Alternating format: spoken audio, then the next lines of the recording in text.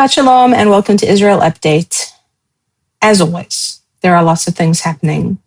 One of the biggest pieces of news being that Bibi Netanyahu has been in Washington, D.C., alongside Ukrainian Prime Minister Zelensky, both to meet with President Trump. There's a video that I'd like you to watch. It's a really quick one, and then we're going to come back and talk about what actually happened whilst Bibi has been in Washington with President Trump. Let's go to the video now.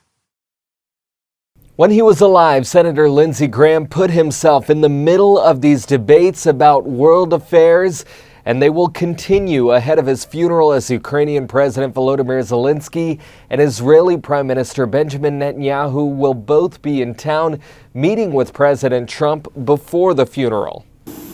Two world leaders touched down in Washington, D.C.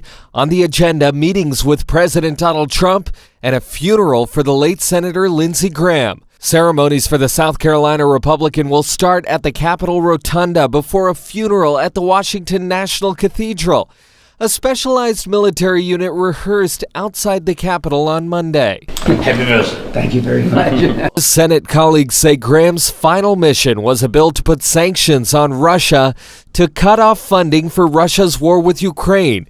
He announced progress the day before he died. We've reached agreement with the White House on a version of the Russian sanctions bill. He was an ally of Ukrainian President Volodymyr Zelensky, who will meet with President Donald Trump before the funeral. Graham was also a strong supporter of Israel and an advocate for the war with Iran. The U.S. and Israel launched the war together back in February. Since then, the leaders of both countries have publicly disagreed over fighting in Iran and in Lebanon. Israeli Prime Minister Benjamin Netanyahu says he'll talk with President Trump about the war. It's the pair's first face-to-face meeting since it began. He was a wartime prime minister. We did very well together. Something that I find really interesting there, there have been tensions. Everybody can see it. There's been tensions between President Trump and Bibi Netanyahu. There's been tensions, loud tensions actually, between these two nations. It's been very concerning. It's something that I've genuinely found particularly worrisome. But it's interesting that during the funeral arrangements and preparations for Senator Lindsey Graham, something to remember is that Israel was one of his priorities, and he was a strongly outspoken advocate for Israel. And he really was a huge supporter of the Ukraine as well. So it's interesting that both of these world leaders are here meeting with President Trump and also to attend Senator Graham's funeral. But a few things that we can take away, from this, it feels like, okay, cool, what's this meeting going to do? Well, Iran was the number one priority. Benjamin Netanyahu made it very clear that the top item was, first and foremost, Iran. There has to be a prevention of Iran from rebuilding its military capabilities. Otherwise, everything's been for nothing. That has to be the priority. Obviously, increasing pressure on Tehran and deciding what comes next after these months of conflict. And then the second really important point is that there was talk of expanding the Abraham Accords. And so the leaders did. They discussed, expanding the Abraham Accords, what it would look like with the long-term goal of bringing more Arab and Muslim nations into normalized relations with Israel. And, Israel there's obviously war going on. It feels like there's kind of always war going on. But diplomacy hasn't stopped. The conversation wasn't just about the threats that we're facing today. I say we because I feel so strongly aligned with the Jewish people and the nation of Israel. But it's not just about what's being faced today. It's about tomorrow's opportunities. What comes after this? And my prayer remains that President Trump and the other Western leaders would see clearly what the ideology is of these Muslim leaders, and that there would be a revelation and an insight and an enlightening of every heart and mind to see and understand why this matters so much. There was also, it was the first face-to-face meeting with both leaders since the sort of US / Israel joint effort war with Iran happened. So it was significant for both leaders. And there's, again, been reports of a lot of policy differences, but both President Trump and Prime Minister Bibi Netanyahu made it clear that Israel and America remain allies. And, Trump did describe them as having a little bit of a difference and said that they were pretty close. Now, obviously, there's been times when tensions have flared and all these different things have happened. But at the end of the day, even with that clip that we watched, it ended off with President Trump saying, he's a wartime prime minister, but he thinks that they've done very well together. And I think that just reinforces the fact that Israel and America have to remain as allies. There's really not another option, especially for everything that's going on in the region, and especially because of the eschatology and ideology that we're dealing with when it comes to the Muslim nations surrounding Israel. Obviously, they also discussed regional strategy. Apparently, Bibi Netanyahu presented Trump with maps and kind of just strategic assessments to sort of say, this is, why Israel has these security concerns across the region, specifically regarding Iran's influence in the broader Middle East balance of power, because it's an incredibly fragile thing. Israel is the only true democracy in the Middle East, and that is quite something to consider when you realize that they're such a tiny nation surrounded by billions of people who innately oppose Western ideology, Western thought, and anything that has a Judeo-Christian foundation. So this is not an easy fix. It's not an easy issue to solve, but it is one that we watch closely. It's one that we're praying about, and we're expectant for God to do something. And obviously then, part of this is also Lindsey Graham's legacy. He attended Senator Lindsey Graham's funeral in Washington, and Senator Graham was one of Israel's longest standing supporters. And so we see how his funeral brought together world leaders like President Trump, Prime Minister Bibi Netanyahu, and the Ukrainian President Zelensky, as well as obviously, a whole bunch of other world leaders. But I think that what happened this week is that Bibi Netanyahu traveled to Washington, D.C. for one of the most important meetings since this war began. Obviously the headlines were very focused on Senator Graham's funeral, which makes sense. It's a tragedy what happened there. But behind closed doors, the conversations were definitely centered on something bigger. Iran, the future of the Abraham Accords, Israel's northern border, and the next chapter in America's alliance with the Jewish state. This has been very difficult since October 7th. It's insane to even say that, because since October 7th, any logical thinking would have been, we're going to see people really rally around Israel and support them. And instead, what we've seen are unparalleled levels of anti-Semitism rise up. I was speaking to a friend the other day, and he was telling me that he faced his first true anti-Semitic incident where he hides his Magen David, his Star of David necklace for understandable reasons. I can't really hide the fact that I'm a Jewish supporter, and the irony obviously being that I'm not Jewish, but I'm of Arab descent. But he was telling me how he went into a deli to just go grab a water, and his star peeked out under his shirt, and somebody started screaming at him about how he was a filthy pig.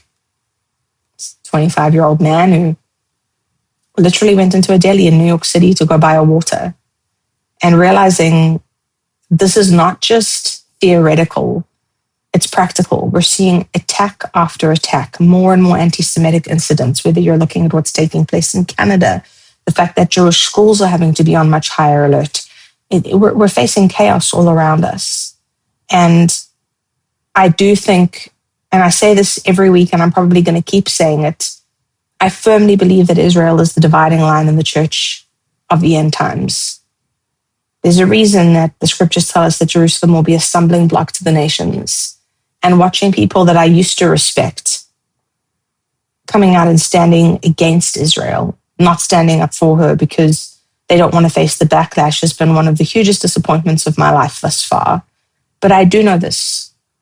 If Kim Clement was still walking on this earth, if his feet were still inside of those boots, he would be the very first person on a plane to Israel with his boots on the ground, and he would stand and he would declare and he would bless and he would prophesy, because that is the mandate that God gave him, and it is the mandate that still rests upon us.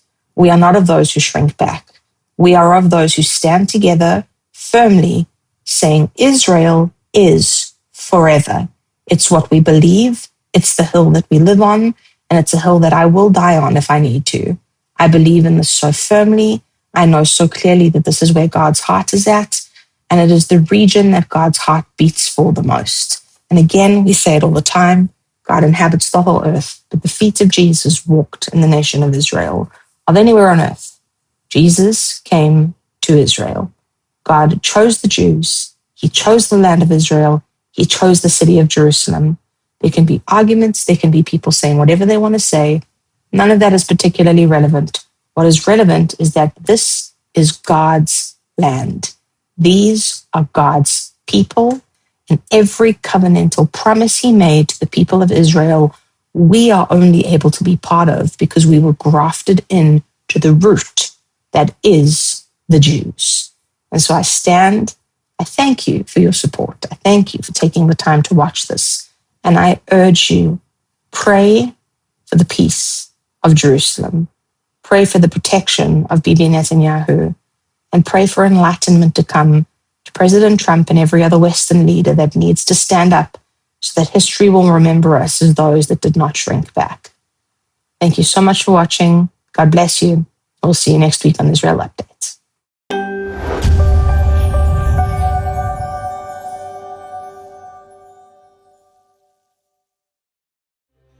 I am so excited to share something very special with you. In 2015, during one of the final concert gatherings of my dad's life, he stood in London and released a sound that still echoes today. It was a night filled with worship, prophetic songs, and a powerful word over London, the church, and the nations. Now we are releasing, somewhere in the future, a prophetic legacy, a special digital album from Kim Clement live in London, along with a beautiful digital booklet featuring lyrics and a personal note on behalf of myself, my mom Jane, and the Clement family. For your donation of $25 or more, this special download is our gift to you. Click the link or scan the QR code on your screen to sow today and receive, somewhere in the future, a prophetic legacy.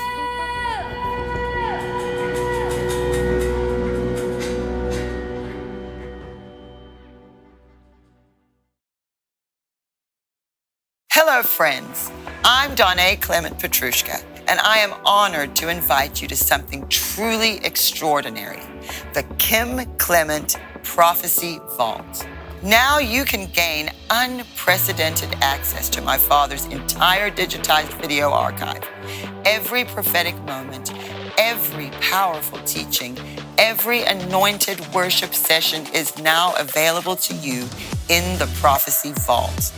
Plus, I'm excited to share that my dad's special School of the Prophets teachings are included, offering you deep, transformative lessons on hearing God's voice and understanding his revelations. Your partnership is crucial. Not only will you gain access to these incredible resources, but you'll also help us continue the vital work of preserving, digitizing, and adding new Kim Clement material to the archives. I'm inviting you to step into the Kim Clement Prophecy Vault.